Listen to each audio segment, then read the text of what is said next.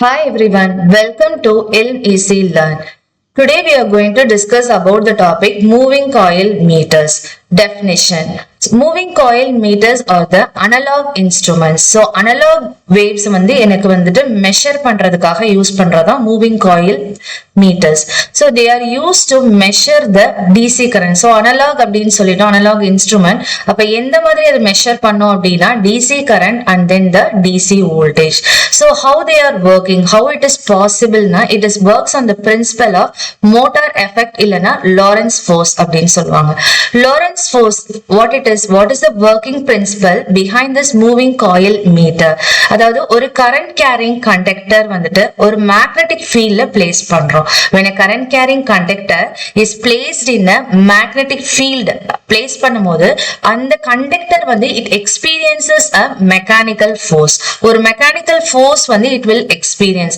So இதுதான் என்னன்னு சொல்றோம், basis of operation for the moving coil instrument அப்படின்றதோட basis operation இதுதான்.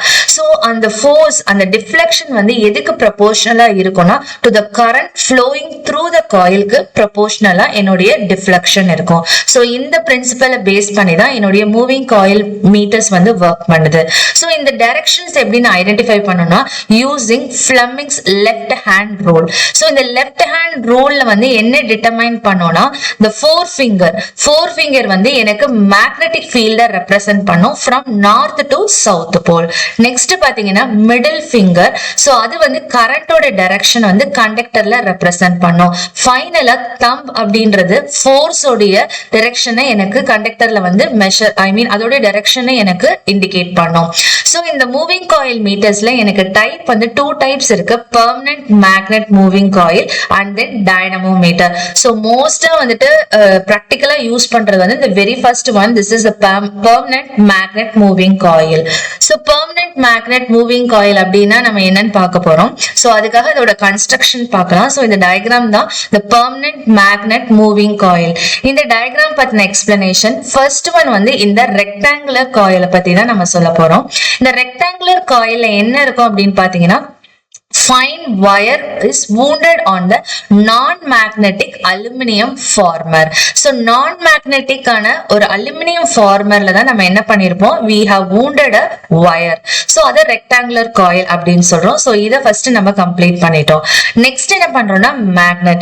So ஒரு permanent ஆன magnet, north and south pole இருக்கு இல்லையா, so இதுதான் வந்துட்டு permanent magnet. So இந்த magnet ஆல எனக்கு இந்த ஏரியா ஃபுல்லாவே எனக்கு magnetic field, அதாவது radial magnetic field வந்து எனக்கு ப்ரொவைட் பண்ணும். சோ நெக்ஸ்ட் பாத்தீங்கன்னா சாஃப்ட் அயன் கோர். சோ இந்த இன்சைட் திஸ்ல பாத்தீங்கன்னா வந்துட்டு ஒரு சாஃப்ட் அயன் கோர் இருக்கும். சோ இந்த cylindrical core inside the coil எதுக்காகனா டு ஸ்ட்ரெங்தன் த ஃபீல்ட். இதுல இருக்கக்கூடிய ஃபீல்ட் எனக்கு ஸ்ட்ரெங்தன் பண்றதுக்காக சாஃப்ட் அயன் கோர் யூட்டிலைசேஷன் பண்றாங்க. சோ நெக்ஸ்ட் பார்த்தோம்னா பாயிண்டர் அண்ட் ஸ்கேல். சோ இங்க பார்த்தோம்னா நம்மளுடைய ஸ்கேல் இருக்கு, இந்த ஸ்கேல வந்து பாயிண்ட் பண்றதுக்காக எனக்கு பாயிண்டர் இருக்கு. சோ இந்த பாயிண்டர் பாத்தீங்கன்னா this is attached to the coil. So இந்த coil கூட attached ஆகியிருக்கும். So this pointer moves throughout the scale. Next வந்து control springs அப்படின்னு சொல்லுவாங்க. So இந்த structure தான் என்னன்னு சொல்றாங்கன்னா control spring. So இது என்ன பண்ணும்னா எனக்கு controlling torque அப்படின்ற ஒரு டார்க்னா ஒரு force. So controlling force வந்து எனக்கு create பண்ணும். அது மட்டும் இல்லாம electrical connection வந்து create பண்றதுக்கும் help பண்ணும். So இது மோஸ்டா பாத்தீங்கன்னா prosper bronze இல்லனா similar type of materialல தான் அது மேனுஃபேக்சர் பண்ணிருப்பாங்க. சோ நெக்ஸ்ட் ஃபைனலா பாத்தீங்கன்னா வந்துட்டு ஜுவல் பியரிங்னு சொல்லுவாங்க. சோ ஜுவல் பியரிங் இருக்கு. சோ இங்க வந்து பிவட் இருக்கு. சோ இந்த ஜுவல் பியரிங் என்ன பண்ணும்னா இட் ப்ரொவைட்ஸ் அ சப்போர்ட். காயிலுக்கு வந்து எனக்கு காயில சப்போர்ட்டட் வந்து எப்படி பண்ணும்னா இந்த ஜுவல் பியரிங் தான் எனக்கு சப்போர்ட் பண்ணும் at the pivot points. So இது எதுக்காக அப்படின்னா எனக்கு ஃபிரிக்ஷனை வந்து ரெடியூஸ் பண்றதுக்காக அந்த பாயிண்டர் வந்து எனக்கு ஸ்மூத்தரா மூவ் பண்ணணும். சோ இது எப்படி இதனால ஃபைனல் ரிசல்ட் எனக்கு என்ன இருக்கும்னு பாத்தீங்கன்னா எனக்கு டேம்பிங்றது கிரியேட் ஆகும். So damping is something like எனக்கு வந்து ஃபார் எக்ஸாம்பிள் இந்த பாயிண்டர் வந்து இந்த ஸ்கேல்ல வந்துட்டு இங்க பிரின்சிபல் ஒர்க்கிங் பிரின்சிபல் ஒபே பண்ணி என்ன ஆகும், ஒரு ஃபோர்ஸ் கிரியேட் ஆகும். அதனால இந்த பாயிண்டர் வந்து இந்த ஸ்கேல்ல வந்து மூவ் பண்ண ஆரம்பிக்கும். சோ ஓகே, நெக்ஸ்ட் பார்த்தோம்னா நம்ம டேம்பிங் அப்படின்னு சொல்றோம். ஸோ டேம்பிங் எப்ப கிரியேட் ஆகும்னா, எனக்கு வந்து இந்த ஒர்க்கிங் பிரின்சிபலை பேஸ் பண்ணி இந்த பாயிண்டர் வந்து மூவ்மெண்ட் பண்ணும். ஸோ இந்த பாயிண்டர் வந்து மூவ் ஆகிட்டே இருக்கும் போது நெக்ஸ்ட் வந்துட்டு அது மூவ்மெண்ட் வந்து ஸ்டாப் பண்ணணும். அது ஸ்டாப் பண்றதுக்கு ஹெல்ப் பண்றதா என்னுடைய எட்டி கரண்ட்ஸ் அப்படின்னு சொல்லுவாங்க. இந்த எட்டி கரண்ட்ஸ் எங்க எனக்கு ஜென்ரேட் ஆகணும், இந்த காயில்ல. எப்ப காயில வந்து எனக்கு கரண்ட் வந்துட்டு பாஸ் ஆகுதோ, அதாவது அந்த கரண்ட் வந்து அந்த காயில் வந்து மேக்னெட்டிக் ஃபீல்ட்ல இருக்கு, அதனால small amount of eddy currents வந்து ஜெனரேட் ஆகும். இந்த எட்டி கரண்ட்ஸ் வந்து ஒரு ரெசிஸ்டிங் ஃபோர்ஸை வந்து எனக்கு கிரியேட் பண்ணும். இந்த ரெசிஸ்டிங் ஃபோர்ஸ்னால மட்டும்தான், அதாவது ஒரு அப்போசிஷன் ஃபோர்ஸ்னு சொல்லலாம். ஸோ வேகமா எனக்கு ஸ்பீடா மூவ் ஆகி கூட இந்த பாயிண்டர்ஸை வந்து இந்த ரெசிஸ்டிங் ஃபோர்ஸ் வந்து எக்ஸ்பீரியன்ஸ் பண்ணும் போது அந்த பாயிண்டர் வந்து ஸ்லோ டவுன் ஆகும்.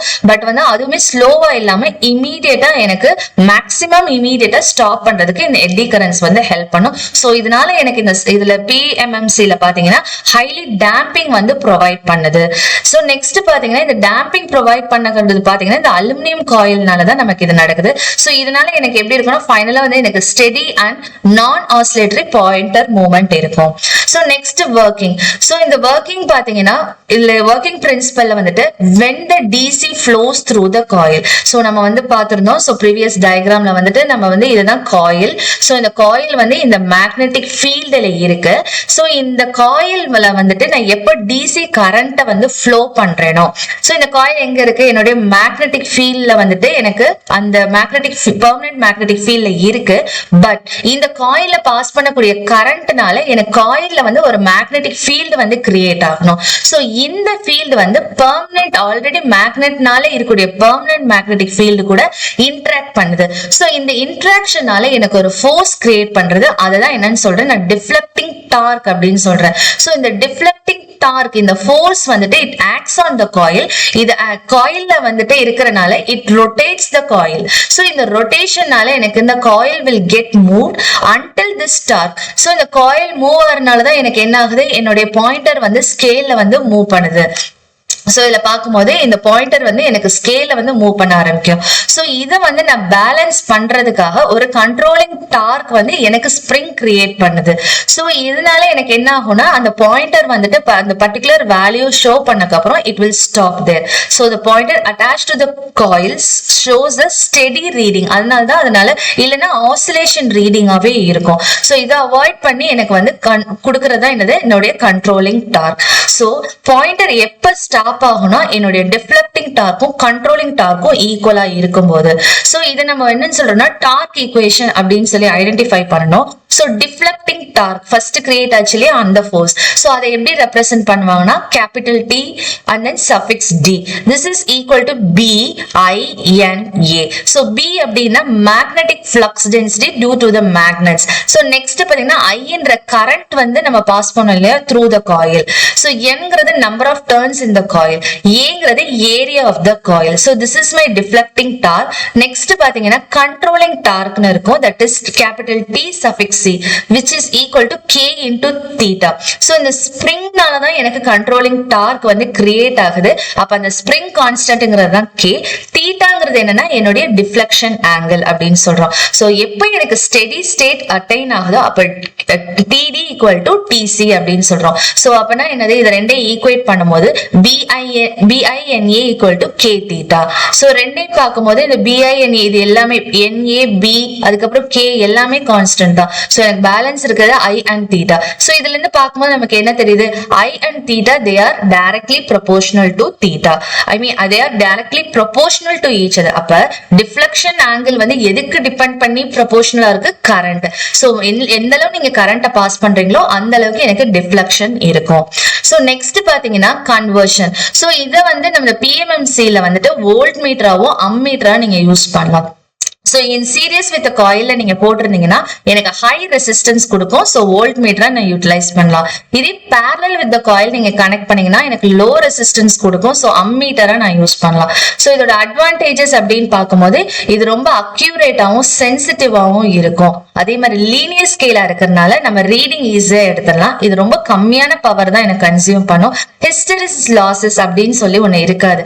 ஏன்னா ஹிஸ்டெரிசிஸ் லாசஸ் எப்பயுமே எனக்கு மேக்னெட்டிக் மெட்டீரியல் நான் யூஸ் பண்ணும்போது when it got heated தென் எனக்கு என்ன இருக்கும்னா எனர்ஜி லாஸ் இருக்கும். ஸோ ரிப்பீட்டடா மேக்னடைசேஷன் அண்ட் டிமேக்னடைசேஷன் நடக்கிறதுனால ஸோ இதை வந்து நம்ம அவாய்ட் பண்றோம். பிகாஸ் நம்ம வந்து டிசி மட்டும் தான் யூஸ் பண்றோம். அதே மாதிரி ஒரு டேம்பிங் பாத்தீங்கன்னா அந்த பாயிண்டர் வந்து ஸ்டெடி ஸ்டேட் அட்டைன் பண்றது ரொம்ப எக்ஸலண்டா இருக்கும்.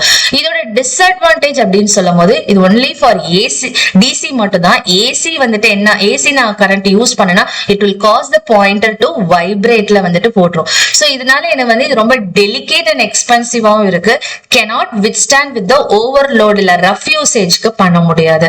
இதோட அப்ளிகேஷன் பார்க்கும்போது it measures the DC current R voltage. Analogue மல்டிமீட்டரா use பண்ணா லெபார்டரி அண்ட் பேனல் இன்ஸ்ட்ருமெண்டா யூஸ் பண்ணிக்கலாம். தேங்க்யூ.